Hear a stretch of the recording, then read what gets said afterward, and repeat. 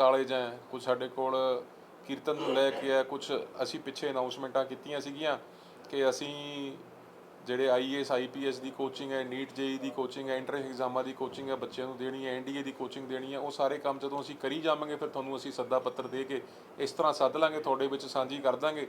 ਅੱਜ ਜਿਵੇਂ ਅਸੀਂ ਲਾਈਵ ਕੀਤਾ ਆ, ਲਾਈਵ ਕਰਨ ਤੋਂ ਬਾਅਦ ਅਸੀਂ ਆਪ ਜੀ ਨੂੰ ਸੱਦ ਕੇ ਦੱਸਿਆ, ਆਪ ਜੀ ਨੂੰ ਜਾਣਕਾਰੀ ਦੇ ਰਹੇ ਹਾਂ ਕਿ ਵੀ ਅੱਜ ਤੋਂ ਲਾਈਵ ਸ਼ੁਰੂ ਹੋ ਗਿਆ। ਇਸੇ ਤਰੀਕੇ ਨਾਲ ਜਿਹੜੇ ਅਗਲੇ ਉਪਰਾਲੇ ਅਸੀਂ ਕਰਾਂਗੇ, ਜਿਸ ਦਿਨ ਉਹ ਸਿੱਧ ਹੋ ਜਾਣਗੇ ਅਸੀਂ ਉਹਨਾਂ ਨੂੰ ਸਿਰੇ ਲਾ ਲਾਂਗੇ। ਜਦੋਂ ਤਿਆਰ ਹੋ ਜਾਣਗੇ ਅਸੀਂ ਤੁਹਾਨੂੰ ਫਿਰ ਸੱਦਾ ਪੱਤਰ ਦੇ ਕੇ ਤੁਹਾਡੇ ਨਾਲ ਪਿਆਲੀ ਪਿਆਲੀ ਚਾਹ ਦੀ ਸਾਂਝੀ ਕਰ ਲਾਂਗੇ ਤੇ ਆਪਾਂ ਮਿੱਠੀਆਂ ਗੱਲਾਂ ਚਾਰ ਕਰ ਲਾਂਗੇ ਤੁਹਾਡੇ ਨਾਲ। ਮਾਨ ਸਾਹਿਬ ਅਜੇ ਆਪਣੇ ਐਜੂਕੇਸ਼ਨਲ ਇੰਸਟੀਟਿਊਸ਼ਨ ਕਿੰਨੇ ਚੱਲ ਰਹੇ ਨੇ? ਸਾਡੇ ਕੋਲ ਤਿੰਨ ਸਕੂਲ 2 ਕਾਲਜ ਹੈ, ਉਸ ਤੋਂ ਇਲਾਵਾ ਹੋਰ ਵੀ ਕਿਤੇ ਆ, ਪਰ ਉਹਦੇ 'ਤੇ ਹਾਲੇ ਅੱਜ ਆਪਾਂ ਗੱਲ ਨਹੀਂ ਕਰਦੇ। ਅੱਜ ਸਾਡਾ ਵਿਸ਼ਾ ਜਿਹੜਾ ਉਹ ਇਹਦਾ ਆ ਕਿ ਆਪਾਂ ਸੈਟੇਲਾਈਟ ਚੈਨਲ ਦੇ ਉੱਤੇ ਗੁਰਬਾਣੀ ਦਾ ਪ੍ਰਚਾਰ ਪ੍ਰਸਾਰ 63 ਮੁਲਕਾਂ ਦੇ ਵਿੱਚ ਅੱਜ ਤੋਂ ਸ਼ੁਰੂ ਹੋ ਗਿਆ ਗੁਰਦੁਆਰਾ ਨਾਡਾ ਸਾਹਿਬ ਤੋਂ। बस आज अब जैसे यहाँ बैठे हैं पंचकुला में गुरुद्वारा श्री नाडा साहिब में, यहाँ के तमाम जो पुरानी कमेटी के कर्मचारी हैं या फिर जैसे आसपास मार्केट है, क्या सभी को साझा लेकर आगे चलने की जो प्रक्रिया शुरू कर दी है आपने, सबके साथ बातचीत करनी? ਮੁਲਾਜ਼ਮ ਤਾਂ ਨਾਲ ਹੀ ਹੁੰਦੇ ਆ, ਮੁਲਾਜ਼ਮਾਂ ਦੇ ਕਿੱਥੇ? ਮੁਲਾਜ਼ਮ ਤਾਂ ਜਿਨ੍ਹਾਂ ਦੇ ਸਹਿਮਤੀ ਪੱਤਰ ਦੇ ਕੇ ਸਾਡੇ ਨਾਲ ਆਏ ਆ, ਉਹਨਾਂ ਨੂੰ ਪਹਿਲੇ ਮਹੀਨੇ ਦਾ ਸਭ ਤੋਂ ਵੱਡਾ ਸਾਡੇ ਲਈ ਚੈਲੰਜ ਸੀਗਾ ਵੀ ਉਹਨਾਂ ਦੀ ਤਨਖਾਹ ਪੈ ਜੇ। ਉੱਥੋਂ ਲੈ ਕੇ ਇਹਨਾਂ ਦੇ ਇਨਕਰੀਮੈਂਟ ਲਾਉਣੇ, ਇਹਨਾਂ ਦੇ DA ਦੇਣੇ। ਜਿਹੜੀ ਕੋਈ ਇਹਨਾਂ ਦੇ ਮਨ 'ਚ ਸ਼ੰਕਾ ਸੀਗੀ ਕਿ ਵੀ ਸ਼੍ਰੋਮਣੀ ਕਮੇਟੀ ਤੋਂ ਜਦੋਂ ਅਸੀਂ ਹਰਿਆਣਾ ਕਮੇਟੀ ਜਾਵਾਂਗੇ ਕਿਤੇ ਮੁਲਾਜ਼ਮਤ ਦਾ ਸਾਡਾ ਨੁਕਸਾਨ ਨਾ ਹੋਵੇ, ਸਾਡੀ ਸਿਨਿਓਰਟੀ ਦਾ ਨੁਕਸਾਨ ਨਾ ਹੋਵੇ, ਸਾਡੀ ਤਨਖਾਹ ਦੇ ਵਿੱਚ ਕਿਤੇ ਖੇਚਲ ਨਾ ਆਵੇ, ਸਾਡੇ PF ਫੰਡਾਂ 'ਚ ਦਿੱਕਤ ਨਾ ਆਵੇ, ਅਸੀਂ ਹਰ ਕਿਸਮ ਦੇ ਨਾਲ ਆਪਣੇ ਮੁਲਾਜ਼ਮਾਂ ਦੇ ਨਾਲ ਖੜੇ ਹਾਂ, ਗੱਡ ਕੇ ਖੜੇ ਹਾਂ। ਜਿਹੜੀ ਇਹਨਾਂ ਦੀਆਂ ਜੀ ਜਿਹੜੀ ਇਹਨਾਂ ਦੀ ਲੋੜ ਹੈਗੀ, ਜਿਹੜੀ ਇਹਨਾਂ ਦੀ ਰਿਕੁਆਇਰਮੈਂਟ ਹੈ, ਅਸੀਂ ਇਹਨਾਂ ਦੇ ਲਈ ਬੈਠੇ ਹਾਂ। ਅਸੀਂ ਇਹਨਾਂ ਦਾ ਜੋ ਵੀ ਵੈਲਫੇਅਰ ਹੈ, ਚਾਹੇ ਇੰਸ਼ੋਰੈਂਸ ਹੈ, ਚਾਹੇ ਬੱਚਿਆਂ ਦੇ ਵਜ਼ੀਫੇ ਨੇ, ਉਹ ਸਾਰੇ ਕੰਮ ਅਸੀਂ ਕਰ ही रहे हैं। सैटेलाइट चैनल शुरू होने के बाद जिम्मेदारी भी बढ़ी है, तो उसमें गुरुद्वारा प्रबंधक कमेटी जो है वो आगे रिक्रूटमेंट्स कर सकती है? ਬਾਈ ਜੀ ਖਾਲਸਾ ਜੀ, ਮੈਂ ਤੁਹਾਨੂੰ ਦੱਸਾਂ, ਖਾਲਸੇ ਦੀ ਜ਼ਿੰਮੇਵਾਰੀ ਤਾਂ ਜੰਮਦੇ ਹੀ ਬਹੁਤ ਵੱਡੀ ਹੁੰਦੀ ਹੈ, ਤੇ ਜਦੋਂ ਪ੍ਰਬੰਧ ਗੁਰੂ ਘਰ ਦੇ ਮਿਲ ਗਏ, ਇਸ ਤੋਂ ਵੱਡੀ ਜ਼ਿੰਮੇਵਾਰੀ ਸੈਟੇਲਾਈਟ ਚੈਨਲ ਦੇ ਨਾਲ ਜ਼ਿੰਮੇਵਾਰੀ ਵਧਣ ਘਟਣ ਦਾ ਸਵਾਲ ਨਹੀਂ ਹੈ। सैटेलाइट चैनल जैसे शुरू ਹਾਂਜੀ, ਮਰਿਆਦਾ ਅਸੀਂ ਡਿਫਾਈਨ ਕੀਤੀ ਹੋਈ ਹੈ, ਅਸੀਂ ਇੰਸ਼ੋਰ ਕਰਾਂਗੇ ਕਿ ਮਰਿਆਦਾ ਭੰਗ ਨਾ ਹੋਵੇ ਕਿਸੇ ਤਰੀਕੇ ਨਾਲ। ਇਹ ਸਾਡਾ ਕੰਮ ਹੈ, ਇਹ ਅਸੀਂ ਇੰਸ਼ੋਰ ਕਰਾਂਗੇ। ਅੱਜ ਖੁਸ਼ੀ ਦਾ ਮੌਕਾ, ਅੱਜ ਅਸੀਂ ਮਿਠਾਈ ਵੀ ਮੰਗਾਈ ਹੈ, ਤੁਸੀਂ ਸਾਰੇ ਮਿਠਾਈ ਵੀ ਛਕ ਕੇ ਜਾਇਓ। ਹੋਰ ਮੇਰੇ ਵੀਰ ਭੈਣ ਦਾ ਕਿਸੇ ਦਾ ਕੋਈ ਸਵਾਲ? ਮਿਹਰਬਾਨੀ। ਵਾਹਿਗੁਰੂ ਜੀ ਕਾ ਖਾਲਸਾ, ਵਾਹਿਗੁਰੂ ਜੀ ਕੀ ਫਤਿਹ। ਕਰੀਏ ਜੀ। ਸਾਰੇ ਪੱਤਰਕਾਰ ਵੀਰਾਂ ਸਾਥੀਆਂ ਨੂੰ, ਭੈਣਾਂ ਨੂੰ ਵਾਹਿਗੁਰੂ ਜੀ ਕਾ ਖਾਲਸਾ, ਵਾਹਿਗੁਰੂ ਜੀ ਕੀ ਫਤਿਹ। ਜਿਵੇਂ ਕਿ ਤੁਸੀਂ ਸਾਰੇ ਜਾਣਦੇ ਹੀ ਹੋ ਕਿ ਮਾਨਯੋਗ ਸੁਪਰੀਮ ਕੋਰਟ ਦੇ ਆਰਡਰਾਂ ਤੋਂ ਬਾਅਦ ਹਰਿਆਣਾ ਸਿੱਖ ਗੁਰਦੁਆਰਾ ਪ੍ਰਬੰਧਕ ਕਮੇਟੀ ਆਪਣੀ ਹੋਂਦ 'ਚ ਆਈ। ਨੋਟੀਫਿਕੇਸ਼ਨਾਂ ਤੋਂ ਬਾਅਦ ਮੈਂਬਰ ਬਣੇ, ਅਗਾਂਹ ਕੰਮ ਤੁਰਿਆ ਤੇ ਇੱਕ ਬਹੁਤ ਵੱਡਾ ਮੀਲ ਦਾ ਪੱਥਰ ਅੱਜ ਸਥਾਪਿਤ ਕੀਤਾ। ਮਹਾਰਾਜ ਦੀ ਅਪਾਰ ਕਿਰਪਾ ਹੋਈ ਆ। ਦਸਮ ਪਿਤਾ ਗੁਰੂ ਗੋਬਿੰਦ ਸਾਹਿਬ ਸੱਚੇ ਪਾਤਸ਼ਾਹ ਦੀ ਚਰਨ ਛੂਹ ਪ੍ਰਾਪਤ ਧਰਤੀ ਗੁਰਦੁਆਰਾ ਨਾਡਾ ਸਾਹਿਬ ਵਿਖੇ ਅੱਜ ਤੋਂ ਅਸੀਂ ਲਾਈਵ ਜਿਹੜਾ ਆ ਸੈਟੇਲਾਈਟ ਚੈਨਲ ਤੋਂ ਪ੍ਰਸਾਰਣ ਸ਼ੁਰੂ ਕੀਤਾ ਆ, ਜੋ ਕਿ ਵਰਲਡ ਪੰਜਾਬੀ TV 'ਤੇ ਸਵੇਰੇ 3:15 ਤੋਂ 8 ਵਜੇ ਤੱਕ ਲਾਈਵ ਚੱਲੂਗਾ। ਸੋ ਇਸ ਦਿਹਾੜੇ ਨੂੰ ਮੈਂ ਸਮਝਦਾ ਕਿ ਵੀ ਹਰਿਆਣਾ ਸਿੱਖ ਗੁਰਦੁਆਰਾ ਮੈਨੇਜਮੈਂਟ ਕਮੇਟੀ ਦੇ ਇਤਿਹਾਸ ਦੇ ਵਿੱਚ ਸੁਨਹਿਰੀ ਅਕਸ਼ਰਾਂ ਵਿੱਚ ਲਿਖਿਆ ਜਾਵੇਗਾ। ਮਹਾਰਾਜ ਦੀ ਕਿਰਪਾ ਹੋਈ ਆ। ਦੇਸ਼ ਵਿਦੇਸ਼ 'ਚ ਵਸਦੀਆਂ ਸਿੱਖ ਸੰਗਤਾਂ ਨੂੰ, ਗੁਰੂ ਨਾਨਕ ਨਾਮ ਲੇਵਾ ਸੰਗਤਾਂ ਨੂੰ 63 ਮੁਲਕਾਂ ਦੇ ਵਿੱਚ ਅੱਜ ਤੋਂ ਗੁਰਦੁਆਰਾ ਨਾਡਾ ਸਾਹਿਬ ਤੋਂ ਗੁਰਬਾਣੀ ਦਾ ਪ੍ਰਚਾਰ ਪ੍ਰਸਾਰ ਤੇ ਗੁਰਬਾਣੀ ਦਾ ਆਨੰਦ ਮੰਨਣ ਲਈ ਇਹ ਉਪਰਾਲਾ ਅੱਜ ਕੀਤਾ ਗਿਆ। ਤੇ ਇਸੇ ਕਰਕੇ ਆਪ ਜੀਆਂ ਸਾਰਿਆਂ ਨੂੰ ਸਾਦਾ ਦੇ ਕੇ ਤੇ ਆਪ ਜੀ ਦੇ ਨਾਲ ਇਹ ਖੁਸ਼ਖਬਰੀ ਸਾਂਝੀ ਕੀਤੀ ਹੈ।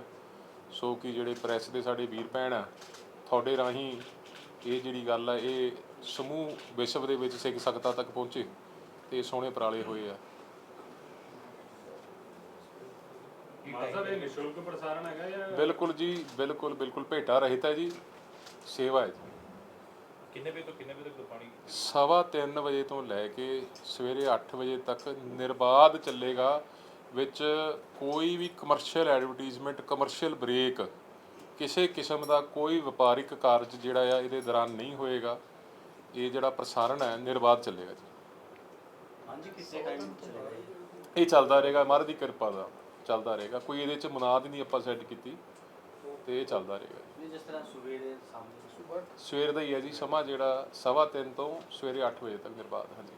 ये कमेटी बनने के बाद सबसे पहला फैसला लिया गया है मान साहब? ਫੈਸਲੇ ਤਾਂ ਉਮੰਗ ਕਈ ਸਾਰੇ ਲਿੱਤੇ ਆ, ਪਰ ਇਹ ਜਿਹੜਾ ਇੱਕ ਮੀਲ ਦਾ ਪੱਥਰ ਸਥਾਪਿਤ ਹੋਏਗਾ, ਇਸ ਲਈ ਆਪ ਜੀਆਂ ਸਾਰਿਆਂ ਨੂੰ ਅੱਜ ਇਕੱਤਰ ਕਰਕੇ ਤੁਹਾਡੇ ਅੱਗੇ ਗੱਲ ਰੱਖੀ ਜਾ ਰਹੀ ਹੈ। गुरबाणी के गुरुद्वारा नाम श्री कुछ नाडा शेड्यूल साहिब से आप कुछ शुरू किया है, ये मानकर चले कि स्टेट में अन्य जगह भी जो है अपने गुरुद्वारा जितने भी कमेटी के अंदर है जी। वहाँ भी इसका धीरे धीरे किया जा सकता है शुरू? ਨਹੀਂ, ਹਰਿਆਣਾ ਕਮੇਟੀ ਦੇ ਹੇਠ ਆਉਣ ਵਾਲੇ 52 ਗੁਰੂ ਘਰਾਂ ਚੋਂ ਸਭ ਤੋਂ ਪਹਿਲਾ ਜਿਹੜਾ ਕਾਰਜ ਆਪਾਂ ਨਾਡਾ ਸਾਹਿਬ ਤੋਂ ਪ੍ਰਾਰੰਭ ਕੀਤਾ, ਅਗਲੀ ਸਾਡੀ ਕੋਸ਼ਿਸ਼ ਹੈ ਕਿ ਵੀ ਅਸੀਂ ਗੁਰਦੁਆਰਾ ਪੰਜੋਖਰਾ ਸਾਹਿਬ ਤੋਂ, ਫਿਰ ਲਾਖਨ ਮਾਜਰਾ ਸਾਹਿਬ ਤੋਂ, ਛੇਵੀਂ ਪਾਤਸ਼ਾਹੀ ਤੋਂ ਅਸੀਂ ਅਰੇਂਜਮੈਂਟ ਕਰਕੇ ਕੋਸ਼ਿਸ਼ ਕਰਾਂਗੇ ਕਿ ਸੈਟਲਾਈਟ ਚੈਨਲਾਂ 'ਤੇ ਜਾਂ ਫਾਸਟਵੇ 'ਤੇ ਜਾਂ ਹੋਰ ਜਿਹੜੇ ਪਲੇਟਫਾਰਮ ਹੈ ਉਹਨਾਂ 'ਤੇ ਅਸੀਂ ਗੁਰਬਾਣੀ ਦਾ ਪ੍ਰਚਾਰ ਪ੍ਰਸਾਰ ਕਰੀਏ। ਇਹ ਸਾਰੀਆਂ ਚੀਜ਼ਾਂ ਜਿਹੜੇ ਉਪਰਾਲੇ ਜਿਹੜੇ ਅਸੀਂ ਕਰ ਰਹੇ ਆ, ਇਹ ਧਰਮ ਪ੍ਰਚਾਰ ਦੀ ਲਹਿਰ ਨੂੰ ਮੁੱਖ ਰੱਖਦਿਆਂ ਹੋਇਆਂ ਅਸੀਂ ਇਹ ਪ੍ਰਯਾਸ ਕਰ ਰਹੇ ਹਾਂ ਜੀ। ਮਾਨ ਸਾਹਿਬ, ਪਿੱਛੇ ਡਾਕ ਕਮੇਟੀ ਦੀ ਮੀਟਿੰਗ ਹੋਈ ਸੀ ਮੁੱਖ ਮੰਤਰੀ ਦੇ ਨਾਲ, ਕਾਫੀ ਸਾਰੇ ਜਿਹੜੇ ਨਵੇਂ ਐਡਸ ਵੀ ਕੀਤੇ ਗਏ ਜਿਹਦੇ ਵਿੱਚ ਲੈਂਗੁਏਜ ਹੋ ਗਈ, ਸਮਾਨ ਚੀਜ਼ਾਂ, ਲੇਕਿਨ ਚੋਣਾਂ ਨੂੰ ਲੈ ਕੇ ਤਿਆਰੀ ਕੀ ਹੈਗੀ? ਚੋਣਾਂ ਨੂੰ ਲੈ ਕੇ ਦਰਅਸਲ ਕੀ ਹੈ ਕਿ ਸਾਡੇ ਕੋਲ ਇੱਕ ਕਮਿਸ਼ਨ ਹੈ, ਉਹਨੂੰ ਕਹਿੰਦੇ ਆ ਹਰਿਆਣਾ ਗੁਰਦੁਆਰਾ ਇਲੈਕਸ਼ਨ ਕਮਿਸ਼ਨ। ਉਹਦੇ ਜਿਹੜੇ ਚੇਅਰਮੈਨ ਨੇ ਉਹ ਜਸਟਿਸ HS ਭੱਲਾ ਨੇ, ਸਾਬਕਾ ਜੱਜ ਨੇ ਪੰਜਾਬ ਹਰਿਆਣਾ ਹਾਈ ਕੋਰਟ ਦੇ। ਉਹਨਾਂ ਦੀ ਜਿਹੜੀ ਰਹਿਨੁਮਾਈ ਆ ਉਹਦੇ ਵਿੱਚ ਇਹ ਚੋਣਾਂ ਦੀ ਜਿਹੜੀ ਤਿਆਰੀਆਂ ਚੱਲ ਰਹੀਆਂ ਨੇ। 1 ਸਤੰਬਰ 2023 ਤੋਂ ਵੋਟ ਬਣਨ ਦੀ ਪ੍ਰਕਿਰਿਆ ਸ਼ੁਰੂ ਹੈ, 30 ਸਤੰਬਰ ਤੱਕ ਇਹ ਚੱਲੇਗੀ ਅਤੇ ਉਸ ਤੋਂ ਬਾਅਦ ਫਿਰ ਵੋਟਰ ਲਿਸਟ ਤਿਆਰ ਹੋਣਗੀਆਂ, ਹਲਕੇਬੰਦੀ ਹੋ ਗਈ ਆ। ਸਾਡੇ ਕੋਲ 40 ਹਲਕੇ ਨੇ ਹਰਿਆਣੇ 'ਚ ਜਿਨ੍ਹਾਂ 'ਚ ਚੋਣਾਂ ਹੋਣੀਆਂ ਨੇ, ਤਿਆਰੀਆਂ ਪੁਰਜ਼ੋਰ ਚੱਲਦੀਆਂ। ਮਾਨ ਸਾਹਿਬ, ਗੁਰਬਾਣੀ ਨੂੰ ਲੈ ਕੇ ਤੁਸੀਂ ਅੱਜ ਇੱਕ ਵੱਡਾ ਫੈਸਲਾ ਕੀਤਾ। ਇਸ ਤੋਂ ਪਹਿਲਾਂ ਜੇ ਅਸੀਂ ਕਹੀਏ ਬਹੁਤ ਸਾਰੀਆਂ ਧਾਂਦਲੀਆਂ ਦਾ ਜ਼ਿਕਰ ਚੱਲ ਰਿਹਾ ਹੈਗਾ ਕਿ ਹੁਣ ਜਿਸ ਤਰੀਕੇ ਨਾਲ ਤੁਸੀਂ ਜ਼ਿੰਮੇਵਾਰੀ ਸਾਂਭੀ ਹੈ, ਤੁਸੀਂ ਕੋਸ਼ਿਸ਼ ਕਰੋਗੇ ਕਿ ਉਹ ਜਿਹੜੀ ਇਸ ਲੋਕਾਂ ਦੇ ਮਨਾਂ 'ਚ ਸ਼ੰਕੇ ਪੈਦਾ ਹੋਏ, ਖਾਸ ਕਰਕੇ ਸੰਗਤ ਦੇ ਮਨ 'ਚ, ਤਾਂ ਉਹਨਾਂ ਨੂੰ ਵੀ ਦੂਰ ਕੀਤਾ ਜਾਵੇ। ਆਪਣਾ ਪ੍ਰਯਾਸ ਇਹ ਰਹੂਗਾ ਕਿ ਜਿਹੜਾ ਪ੍ਰਸ਼ਾਸਨ ਹੈ, ਗੁਰੂ ਘਰਾਂ ਦੀ ਸੇਵਾ ਸੰਭਾਲ ਆ, ਇਸ ਸੁਚੱਜੇ ਢੰਗ ਨਾਲ ਚੱਲੇ, ਪਾਰਦਰਸ਼ਤਾ ਨਾਲ ਚੱਲੇ, ਟਰਾਂਸਪੇਰੈਂਸੀ ਹੋਵੇ, ਜਿਸ 'ਚ ਗੁਰੂ ਦੀਆਂ ਸੰਗਤਾਂ ਜਿਹੜੀਆਂ ਆਪਣੀ ਸੌਂਦ 'ਚੋਂ ਕੰਟਰੀਬਿਊਟ ਕਰਦੀਆਂ ਨੇ, ਗੁਰੂ ਅੱਗੇ ਨਤਮਸਤਕ ਹੁੰਦੀਆਂ ਨੇ, ਉਹਨਾਂ ਨੂੰ ਪੂਰਾ ਅਧਿਕਾਰ ਆ ਕਿ ਜਿਹੜਾ ਗੁਰੂ ਦਾ ਖਜ਼ਾਨਾ ਹੈ, ਜਿਹੜੀ ਗੁਰੂ ਦੀ ਗੋਲਕ ਆ, ਉਸ ਪੈਸੇ ਦੀ ਵਰਤੋਂ ਕਿਸ ਤਰੀਕੇ ਨਾਲ ਹੋ ਰਹੀ ਹੈ। ਸੋ ਮੈਂ ਸਮਝਦਾ ਕਿ ਇਹਦੇ 'ਚ ਅਗਰ ਸੰਗਤ ਦੇ ਮਨ 'ਚ ਕੋਈ ਸ਼ੰਕਾ ਹੈ, ਉਹ ਸ਼ੰਕਾ ਦੂਰ ਕਰਨ ਦਾ ਵੀ ਅਸੀਂ ਕੰਮ ਕਰਾਂਗੇ। ਸੰਤ ਦਾਦੂਵਾਲ ਹੋਰਾਂ ਨੇ ਬੜੇ ਸ਼ੰਕੇ ਪੈਦਾ ਕੀਤੇ ਸੀ। ਲੱਗਦਾ ਕਿ ਇਹ ਸ਼ੰਕੇ ਜਦੋਂ ਪੈਦਾ ਹੁੰਦੇ ਨੇ ਤਾਂ ਪਿੱਛੇ ਕੋਈ ਨਾ ਕੋਈ ਵਜ੍ਹਾ ਹੋ। ਗੱਲ ਇਹ ਹੈ ਜੀ ਕਿ ਮੈਂ ਤੁਹਾਨੂੰ ਦੁਹਰਾ ਦਿੰਦਾ ਹੈ ਕਿ ਵੀ ਗੁਰੂ ਦੀਆਂ ਸੰਗਤਾਂ ਦੇ ਮਨ 'ਚ ਕੋਈ ਸ਼ੰਕਾ ਹੈ, ਉਹ ਅਸੀਂ ਦੂਰ ਕਰਾਂਗੇ। ਕਿਸੇ ਕਿਸਮ ਦੀ ਕੋਈ ਸ਼ੰਕਾ ਅਸੀਂ ਦੂਰ ਕਰਾਂਗੇ। ਜੇ ਕੋਈ ਦੋਸ਼ੀ ਪਾਇਆ ਗਿਆ ਤਾਂ ਉਹ 'ਤੇ ਬਣਦੀ ਕਾਰਵਾਈ ਕਰਾਂਗੇ। ਜੇ ਕੋਈ ਨਿਰਦੋਸ਼ 'ਤੇ ਦੋਸ਼ ਲਾਇਆ ਜਾਏਗਾ, ਉਹ ਵੀ ਅਸੀਂ ਸੰਗਤਾਂ ਦੇ ਵਿੱਚ ਗੱਲ ਖੁੱਲ੍ਹ ਕੇ ਦੱਸਾਂਗੇ ਕਿ ਭਾਈ ਇਹ ਗੱਲ 'ਚ ਦਮ ਸੀ ਜਾਂ ਨਹੀਂ ਸੀ, ਗੱਲ ਸੱਚੀ ਸੀ ਕਿ ਝੂਠੀ ਸੀ। ਤੁਹਾਡੇ ਤੱਕ ਪੂਰਾ ਮਾਮਲਾ ਪਹੁੰਚਿਆ ਸੀ ਕਮੇਟੀ ਕੋਲ ਕਿ ਦੋਨੋਂ ਵੱਲੋਂ ਰਿਜ਼ਾਈਨ ਵੀ ਦੇ ਦਿੱਤਾ ਗਿਆ। ਤਮੀਜ਼ਾ ਸਾਹਿਬ ਨੇ ਤਾਂ ਇਹ ਵੀ ਕਹਿਤਾ ਕਿ ਮੈਨੂੰ ਵਿਸ਼ਵਾਸ ਹੈ ਕਮੇਟੀ ਜੋ ਵੀ ਫੈਸਲਾ ਲਊਗੀ, ਜਿਸ ਤਰੀਕੇ ਨਾਲ ਵੀ ਹੋਵੇਗਾ, ਉਹ ਮਨਜ਼ੂਰ ਹੈਗਾ। ਕੁਛ ਮਸਲੇ ਖਾਲਸਾ ਜੀ, ਕੁਛ ਮਸਲੇ ਇਹੋ ਜਿਹੇ ਹੈ ਜਿਹੜੇ ਇਸ ਵੇਲੇ ਸ੍ਰੀ ਅਕਾਲ ਤਖਤ ਸਾਹਿਬ ਦੇ ਕੋਲ ਵਿਚਾਰਾਧੀਨ ਨੇ, ਉਹਨਾਂ 'ਤੇ ਮੈਂ ਟਿੱਪਣੀ ਕਰਨੀ ਉਚਿਤ ਨਹੀਂ ਸਮਝਦਾ। ਸ੍ਰੀ ਅਕਾਲ ਤਖਤ ਸਾਹਿਬ ਨੂੰ ਸਮਰਪਿਤ ਗੁਰਸਿੱਖ ਹੈ ਅਸੀਂ, ਅਤੇ ਉਹ ਸਿੱਖਾਂ ਦੀ ਸਰਮੌਰ ਸੰਸਥਾ, ਉਸ 'ਤੇ ਅੱਜ ਟਿੱਪਣੀ ਕਰਨਾ ਬਹੁਤ ਗਲਤ ਹੈ। ਇੱਕ ਵਾਰੀ ਉਹਨਾਂ ਦੀ ਫਾਈਂਡਿੰਗ ਆ ਜਾਏ, ਉਸ ਤੋਂ ਬਾਅਦ ਇਸ ਬਾਰੇ ਚਰਚਾ ਖੁੱਲ੍ਹ ਕੇ ਕਰ ਲਾਂਗੇ। ਸਰੂਪਾਂ ਦਾ ਜ਼ਿਕਰ ਕੀਤਾ ਜਾ ਰਿਹਾ ਸੀ। ਮੈਂ ਤੁਹਾਨੂੰ ਉਹੀ ਦੱਸਿਆ ਜੀ, ਉਹਦਾ ਹਿੱਸਾ ਹੈ ਜੀ, ਉਸ ਜਾਂਚ ਦਾ ਹਿੱਸਾ ਹੈ। ਇੱਕ ਬੜਾ ਵੱਡਾ ਸਵਾਲ ਹੈ ਕਿ ਇੱਕਦਮ ਪ੍ਰਧਾਨ ਨੂੰ ਜਾਂ ਜਿਹੜੇ ਆਗੂ ਨੇ ਉਹਨਾਂ ਨੂੰ ਆਪਣੇ ਅਹੁਦਿਆਂ ਤੋਂ ਅਸਤੀਫਾ ਦੇਣਾ ਪੈ ਗਿਆ, ਤਾਂ ਕਹਿੰਦੇ ਕਿ ਸਰਕਾਰੀ ਪ੍ਰਭਾਵ ਬੜੇ ਵੱਡੇ ਪੱਧਰ ਤੇ ਲੱਗਦਾ ਹੈਗਾ। ਜਦੋਂ ਇਦਾਂ ਦੇ ਸ਼ੰਕੇ ਪੈਦਾ ਹੋ ਜਾਂਦੇ ਨੇ ਤਾਂ ਲੱਗਦਾ ਕਿ ਪ੍ਰਭੂ ਸੱਤਾ ਜਿਹੜੀ ਹੈਗੀ ਆ ਉਹਦੇ ਇਹਦਾ ਬਿਹਤਰ ਖਾਲਸਾ ਜੀ, ਇਹਦਾ ਬਿਹਤਰ ਜਵਾਬ ਜਿਹੜੇ ਜਿਨ੍ਹਾਂ ਨੇ ਰਿਜ਼ਾਈਨ ਦਿੱਤਾ ਉਹ ਦੇ ਸਕਦੇ ਨੇ। ਉਸ 'ਤੇ ਟਿੱਪਣੀ ਕਰਨਾ ਮੇਰਾ ਉਚਿਤ ਨਹੀਂ ਹੈ। ਅੱਜ ਇੱਕ ਖੁਸ਼ੀ ਦਾ ਮੌਕਾ, ਅੱਜ ਇੱਕ ਇਹੋ ਜਿਹਾ ਮੀਲ ਦਾ ਪੱਥਰ ਹੈ ਸਿੱਖ ਕੌਮ ਦੇ ਇਤਿਹਾਸ 'ਚ, ਖਾਸ ਤੌਰ 'ਤੇ ਹਰਿਆਣੇ 'ਚ ਵਸਦੇ ਸਿੱਖਾਂ ਲਈ, ਜਿਨ੍ਹਾਂ ਇੱਕ ਲੰਬੀ ਜੰਗ ਤੋਂ ਬਾਅਦ, ਇੱਕ 22 ਸਾਲ ਸੰਘਰਸ਼ ਤੋਂ ਬਾਅਦ ਗੁਰੂ ਘਰਾਂ ਦੀ ਜਿਹੜੀ ਸੇਵਾ ਮਿਲੀ ਆ, ਉਹਦੇ 'ਚ ਅਸੀਂ ਇੱਕ ਚੰਗਾ ਉਪਰਾਲਾ ਕੀਤਾ ਆ। ਅਤੇ ਮੇਰੀ ਆਪ ਜੀਆਂ ਨੂੰ ਬੇਨਤੀ ਹੈ ਕਿ ਵੀ ਜਿਹੜਾ ਚੰਗਾ ਉਪਰਾਲਾ ਹੈ ਉਹਨੂੰ ਵੀ ਉਸੇ ਤਰੀਕੇ ਨਾਲ ਤੁਸੀਂ ਪੁਰਜ਼ੋਰ ਤਰੀਕੇ ਨਾਲ ਕਵਰ ਕਰੋ, ਜਿਸ ਤਰ੍ਹਾਂ ਪਹਿਲੋਂ ਜਿਹੜੇ ਇਨਸੀਡੈਂਟ ਤੁਸੀਂ ਹੁਣ ਮੈਨੂੰ ਦੱਸਦੇ ਆ ਕਵਰ ਕੀਤੇ ਗਏ ਆ। ਪ੍ਰਧਾਨ ਸਾਹਿਬ, ਇੱਕ ਬੜੀ ਅਹਿਮ ਚੀਜ਼ ਹੈ, ਜਿਵੇਂ ਅਸੀਂ ਗੱਲ ਕਰੀ, ਤੁਸੀਂ ਇੱਥੋਂ ਆਪਣੇ ਵੱਲੋਂ ਐਫਰਟ ਸ਼ੁਰੂ ਕਰ ਦਿੱਤਾ, ਇਹੀ ਗੱਲ ਪੰਜਾਬ ਵਾਲੇ ਪਾਸੇ ਚੱਲ ਰਹੀ ਹੈ, ਤੇ ਲੱਗਦਾ ਕਿ ਉੱਧਰਲੇ ਪਾਸੇ ਵੀ ਗੁਰਬਾਣੀ ਦਾ ਪ੍ਰਸਾਰ ਇਸੇ ਤਰੀਕੇ ਨਾਲ ਸ਼ੁਰੂ ਹੋ ਜਾਣਾ ਚਾਹੀਦਾ, ਕਿਉਂਕਿ ਬੜੇ ਸ਼ੰਕੇ ਨੇ, ਇੱਕ ਚੈਨਲ ਨੂੰ ਲੈ ਕੇ ਬੜੇ ਸਵਾਲ ਉੱਠਣ।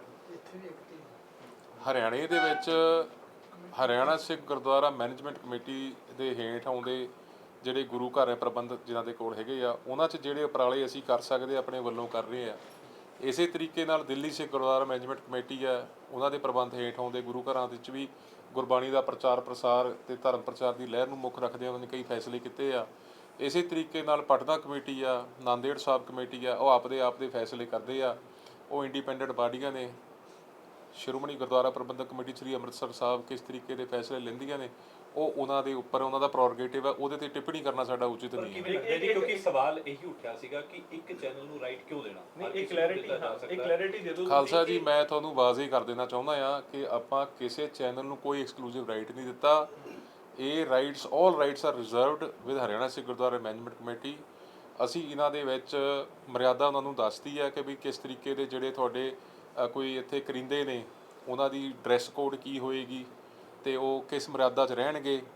ਦੂਜਾ, ਜਿਹੜਾ ਵੀ ਕੋਈ ਅਪਲਿੰਕ ਹੈ ਉਹ ਫ੍ਰੀ ਫॉर ਆਲ ਹੈ। ਜੇ ਤੁਸੀਂ ਚਾਹੁੰਦੇ ਹੋ ਤੁਸੀਂ ਆ ਜਾਓ, ਇੱਕ ਐਪਲੀਕੇਸ਼ਨ ਦੇ ਦਿਓ, ਮਰਿਆਦਾ ਦੀ ਅੰਡਰਟੇਕਿੰਗ ਦੇ ਦਿਓ, ਤੁਸੀਂ ਆਪਣੇ ਚੈਨਲਾਂ ਤੇ ਲਾਈਵ ਚਲਾ ਲਓ। ਕੋਈ YouTube ਚੈਨਲ ਹੈ, Facebook ਚੈਨਲ ਹੈ, ਬਿਲਕੁਲ ਫ੍ਰੀ ਹੈ ਜੀ। ਕਿਸੇ ਦੇ ਉੱਤੇ ਕੋਈ ਰਿਸਟ੍ਰਿਕਸ਼ਨ ਨਹੀਂ ਕਿਸੇ ਕਿਸਮ ਦੀ।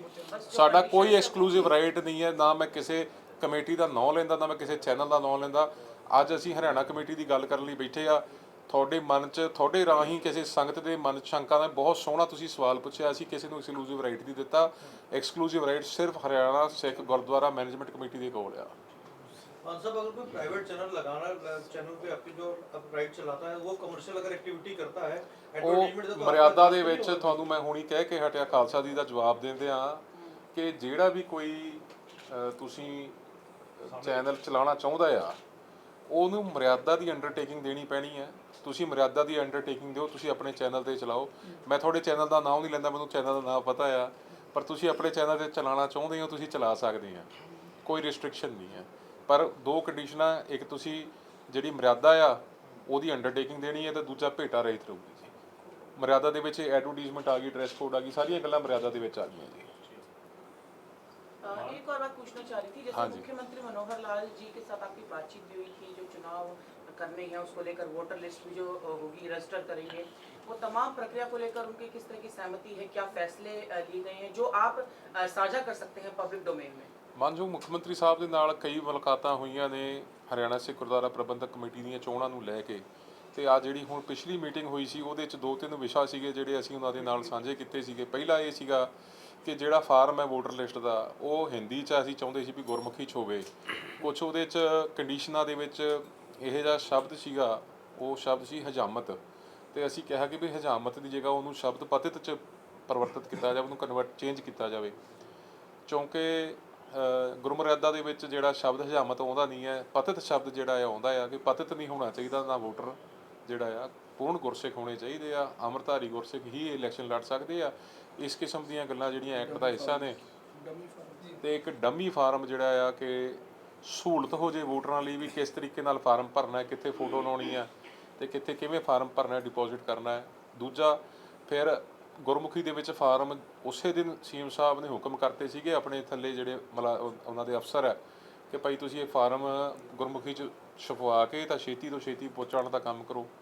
ਫਿਰ ਅਗਲਾ ਹੋਇਆ ਜੀ ਕਿ ਵੀ ਹਰਿਆਣੇ ਦੇ ਵਿੱਚੋਂ ਕਿ ਗੁਰਮੁਖੀ ਦੇ ਜਾਣੂ ਸਰਕਾਰੀ ਅਹੁਦੇਦਾਰ ਘੱਟ ਨੇ, ਸੋ ਪੰਜਾਬੀ ਦੇ ਟੀਚਰ, ਲੈਕਚਰਰ, ਪ੍ਰੋਫੈਸਰ ਜਿੰਨੇ ਵੀ ਸਾਡੇ ਕੋਲ ਪੰਜਾਬੀ ਜਾਣੂ ਅਧਿਕਾਰੀ ਨੇ ਸਰਕਾਰੀ, ਉਹਨਾਂ ਦੀਆਂ ਡਿਊਟੀਆਂ ਅਸੀਂ ਡੀਸੀ ਦੇ ਨਾਲ ਅਟੈਚ ਕਰਾਈਆਂ ਨੇ। ਸੋ ਕਿ ਵੋਟਰ ਲਿਸਟ ਤਿਆਰ ਕਰਨ ਦੇ ਵਿੱਚ, ਵੋਟਰ ਫਾਰਮ ਭਰਨ ਦੇ ਵਿੱਚ ਜਾਂ ਗਾਹਾਂ ਜਦੋਂ ਵੋਟਿੰਗ ਦੀ ਪ੍ਰਕਿਰਿਆ ਸ਼ੁਰੂ ਹੋਏਗੀ ਉਸ ਵੇਲੇ ਕਿਸੇ ਕਿਸਮ ਦੀ ਕੋਈ ਦਿੱਕਤ ਨਾ ਆਵੇ। ਜਿਹੜੇ ਨੋਡਲ ਅਫਸਰ ਹੈ ਉਹਨਾਂ ਨੂੰ ਵੀ ਨਾਲ ਕਿਹਾ ਕਿ ਵੀ ਤੁਸੀਂ ਪੰਜਾਬੀ ਦੇ ਜਾਣੂ ਲਾਉਣੇ ਆ। ਹੋਰ ਵੱਡੇ ਕਦਮ ਕੀ ਹੋਣਗੇ ਜੀ ਹਰਿਆਣਾ ਕਮੇਟੀ ਇਸ ਤੋਂ ਬਾਅਦ? ਕਈ ਹੈਗੇ ਨੇ ਖਾਲਸਾ ਜੀ, ਪਰ ਸਾਡਾ ਇੱਕ ਮਨ 'ਚ ਧਾਰਿਆ ਹੋਇਆ ਕਿ ਵੀ ਜਿਹੜਾ ਕੰਮ ਅਸੀਂ ਕਰ ਲਾਂਗੇ ਉਸ ਤੋਂ ਬਾਅਦ ਫਿਰ ਅਸੀਂ ਤੁਹਾਨੂੰ ਸੱਦ ਕੇ ਦੁਬਾਰਾ, ਕਈ ਹੈਗੇ ਸਾਡੇ ਕੋਲ ਕੰਮ ਕਰਨ ਵਾਲੇ ਜਿਹੜੇ ਪੈਂਡਿੰਗ ਨੇ, ਜਿਹਦੇ 'ਚ ਕੁਝ ਸਾਡੇ ਵਿਦਿਅਕ ਅਦਾਰੇ ਨੇ, ਕੁਝ ਸਾਡੇ ਕੋਲ